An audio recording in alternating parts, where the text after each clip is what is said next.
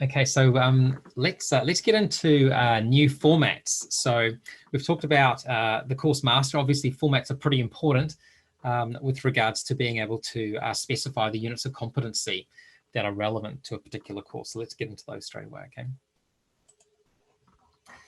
So we're going to look at that format component. So it's the components in the format. So when you create it, and you can get to formats by clicking on publish and then formats. Okay, if you click on the publish tab and go into formats, that's when you can see your format list.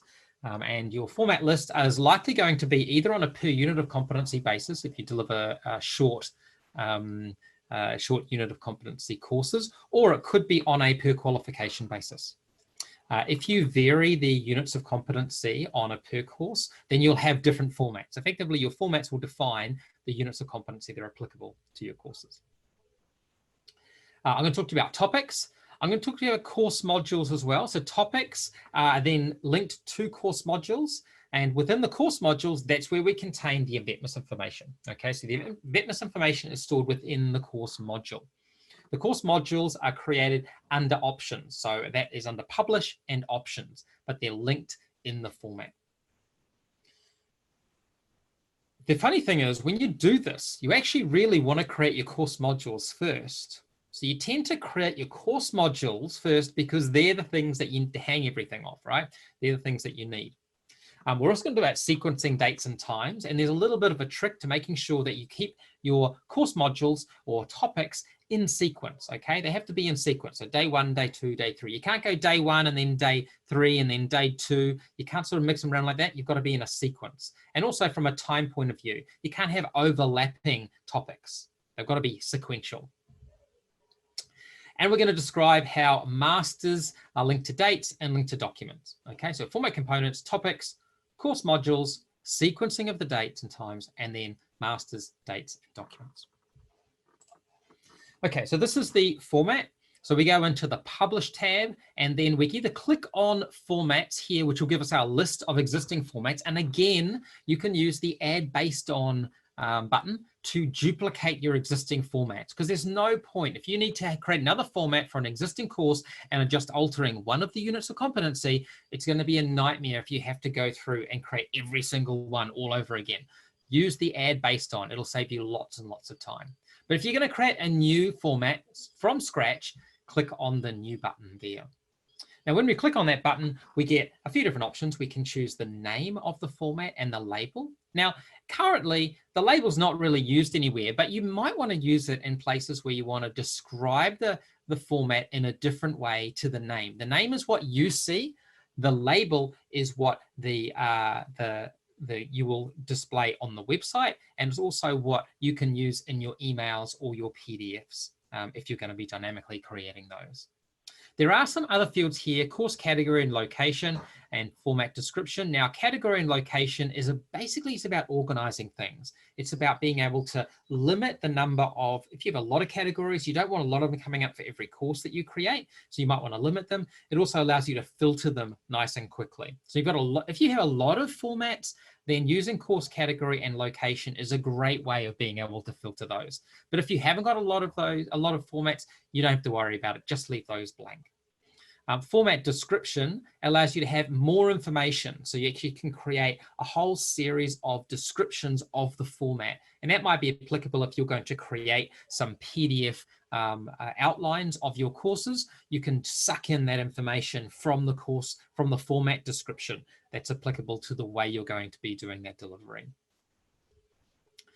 Then we have, oopsie daisies. Then we've got the, once you click on the little green button here, the little plus, that allows you to create topics. Now, topics are the way we link the format to the units of competency. So we click on the green plus button, and then we add a topic name, and that name can be anything. But what I tend to do, and this is a little hint, what I tend to do is particularly if I'm going to be creating these formats from scratch for units of competency, I immediately click on the little plus button there to get my topic sort of window open before I even put anything in the name or the label, and I go straight to the course module because I've already created the course modules. And so all I do is I click on the lightning bolt and I retrieve the unit of competency or the course module that's relevant. Once I've got that, I copy that name into the topic name, I copy that name into the label and into the name, and that just keeps everything consistent. Now, I might not want that in the end. I might want to fix it up. I might want to change the label, for example, to describe whether this is a face-to-face training or an e-learning training or a live online training. I might want to do that. But for now, just when I create them all, I just want to keep everything consistent to make sure that I know what is connected to the various course masters, etc. I'm a bit of a stickler when it comes to this naming convention, as some of you I'm sure know. So I choose the course module, I choose the topic name, I choose the date. I have the date, so I choose day 1 usually, and then put a start time and an end time in there. Now, in reality, you don't actually need any of this information. If I hadn't opened that up, I could just have a name. In fact, I think just a name alone is sufficient. I don't think you even need a label. So I think when you create these formats, the only thing you need is a name. But most of the time, I'm also wanting to use the times that are stipulated on these topics. Because if you want to include times on the WordPress pages, or you want to include times on your emails that you send out, the times that are included on the topics are the ones that you'll be able to use. Now, in the next next training session, I'm going to go through how to create emails, how to insert those times, how to use the fields that are available to you. And there's loads of different fields you've got access to when you're creating emails or creating PDFs, creating anything for that matter, using those PDFs or those email functions. For organizations that do CRICOS, you can create offer letters, you can create certificates, you can create statements of attainment, you name it, invoices. You can create loads of things using that PDF function. And of course, you can do the same. You've got the access to the same fields when you're creating your emails. Just checking, no questions. Feel free to post your questions into the group chat. More than happy to answer them, or you can unmute yourself. Okay, so course topics.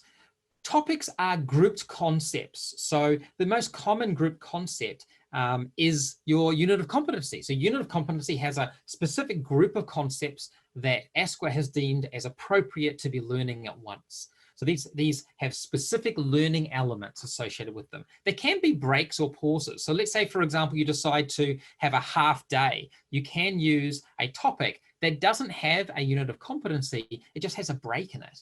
And now this is only relevant, I guess, if you're going to be using the student portal, or if you're going to be, you want to be very specific about what is done each day.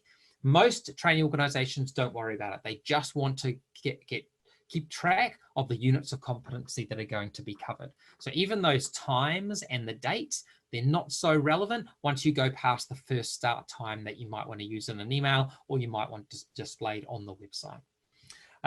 They exist on a per day with start and end times. They're sequential, not concurrent. You can't have topics going alongside each other. You can't have topic 1 and topic 2 happening at the same time, because people are in the training room. They only learn one thing at a time. The scheduled date is only relevant for those portals, like I said. So there's no point in creating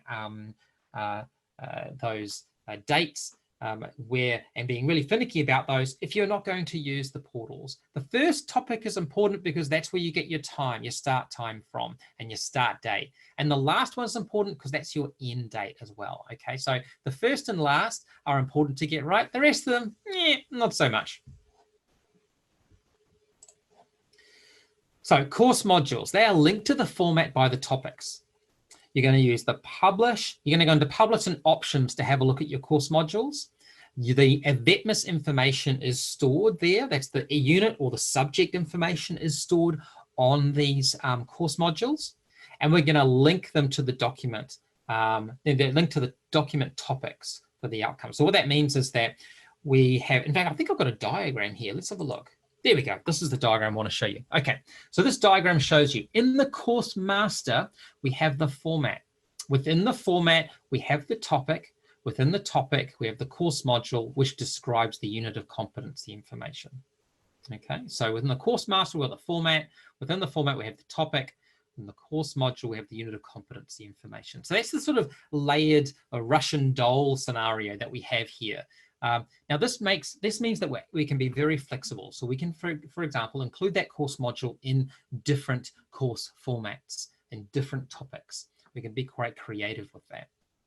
Now, when we create from the course master, we create a course date, the topics on the format are created on the course date. So these topics effectively get copied into the course date, and they get all, you know how we specified in the format day 1, day 2, day 3? Well, what happens is when we copy them across is it takes the start date of the course and then it gives those topics dates. And we take the times that were specified on the topics and we give those topics for the course date, we give them times. Okay, so they become real things. They effectively are used as a template to create all the units that are going to, all the topics that are going to be appropriate for that particular course date. And then what we do is we take those topics on the course date, like course topics we call them, we take them, and the process rule then copies those onto the documents. And some of you might have come across this, where for some reason the document doesn't have the same topics that are on the course date. Now that might be because the document was transferred. It might be because for whatever reason, the course dates got recreated or changed. And as a result, the documents now have different topics to the course date. Now that can cause problems such as the document topics not appearing in the list as you expect them to appear. It can cause problems where those document topics don't get updated, but all the others do. And it can happen just to 1 or 2 of the documents. Now, so that's why it's important that we remove the document topics from the document when we do a transfer. Okay, so when you transfer a document from one course to another, remove them, and that transfer process should be recreating those document topics. That explains why that occurs. Okay, so course modules. So what we do is we go into, and feel free to throw any questions into the chat, more than happy to take questions. So we go to publish and then options.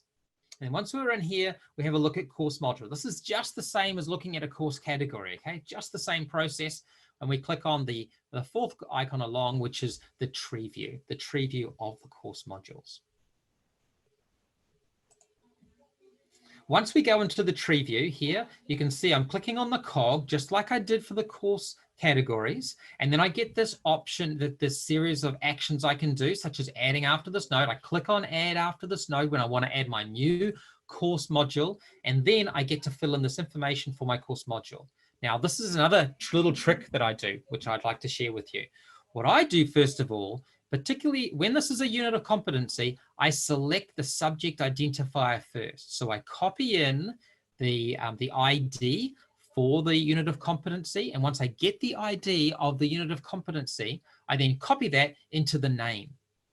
Now, we don't need to have a program. So if you're delivering these units of competency and they're not part of a larger qualification, you don't need to select a program. In fact, depending on your setup, you may not even see that program there as an option when you're setting up a course module.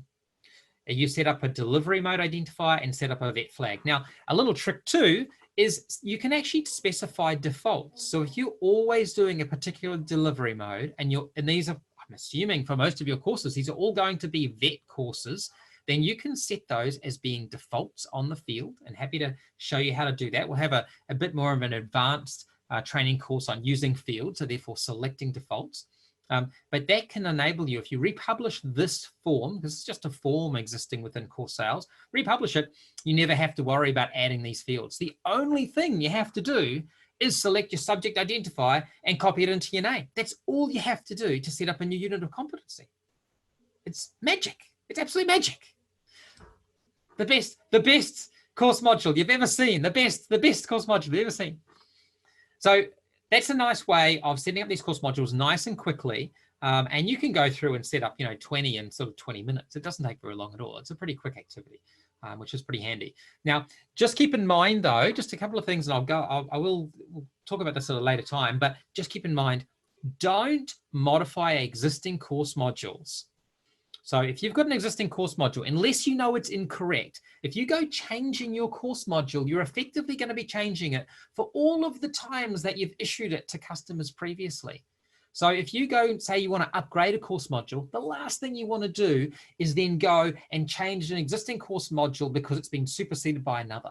That's really the wrong way to go about things, because effectively you're going to give people all that superseded unit of competency, which is not what they were measured on. Okay, so if you create a superseded course module, you have to create a new course module to represent it. Okay. Now, some people, after time, they have lots. If you're in a particular industry that has units of competency that change frequently, you may even want to nest them into a particular group. Now, the nesting doesn't do anything for AVEMTISS, doesn't matter at all. It's just for organization. So if you just want to keep them organized, you can either group them together within a list, or you can nest them under a particular name so you can keep track of them easily. Okay, it's all about organization in this case.